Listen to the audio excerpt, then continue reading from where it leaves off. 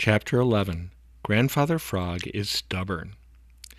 Fee, fi, fee, fum, chug, chug, chug-a-rum. Grandfather actually had started out to see the great world. Yes, sir, he had turned his back on the Smiling Pool, and nothing that Jerry Muskrat could say made the least bit of difference. Grandfather Frog had made up his mind, and when he does that, it is just a waste of time and breath for anyone to try to make him change it. You see, Grandfather Frog is stubborn. Yes, that is just the word, stubborn. He would see for himself what this great world was that his cousin, old Mr. Toad, talked so much about and said was so much better than the Smiling Pool where Grandfather Frog had spent his whole life. If old Mr. Toad can take care of himself, I can take care of myself out in the great world, said Grandfather Frog to himself as, with great jumps, he started out on to the Green Meadows. I guess he isn't any smarter than I am. He isn't half so spry as I am, and I can jump 3 times as far as he can. I'll see for myself what this great world is like, and then I'll go back to the Smiling Pool and stay there the rest of my life. Chug-a-rum, how warm it is. It was warm. Jolly, round, bright Mr. Sun was smiling his broadest and pouring his warmest rays down on the Green Meadows. The merry little breezes of Old Mother West Wind were taking a nap.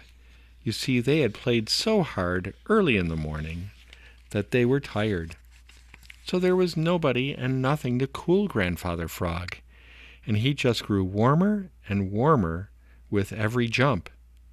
He began to grow thirsty, and how he did long for a plunge in the dear, cool, Smiling Pool. But he was stubborn. He wouldn't turn back no matter how uncomfortable he felt. He would see the great world if it killed him. So he kept right on. Jump, jump, jump, jump.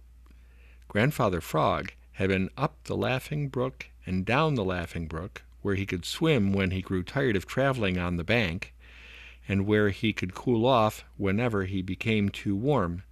But never before had he been very far away from water, and he found this a very different matter. At first he had made great jumps, for that is what his long legs were given him for.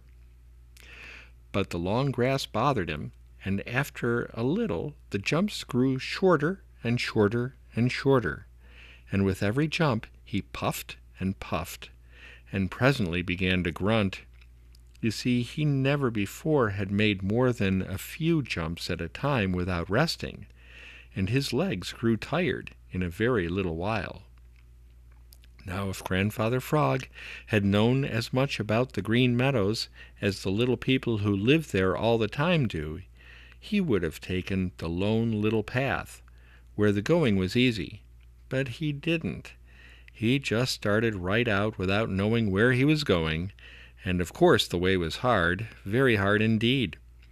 The grass was so tall that he couldn't see over it, and the ground was so rough that it hurt his tender feet, which were used to the soft, mossy bank of the Smiling Pool. He had gone only a little way before he wished with all his might that he had never thought of seeing the great world. But he had said that he was going to, and he would, so he kept right on. Jump, jump, rest. Jump, jump, jump, rest. Jump, and then a long rest. It was during one of these rests that he heard footsteps, and then a dreadful sound that made cold chills run all over him. Sniff, sniff, sniff! It was coming nearer.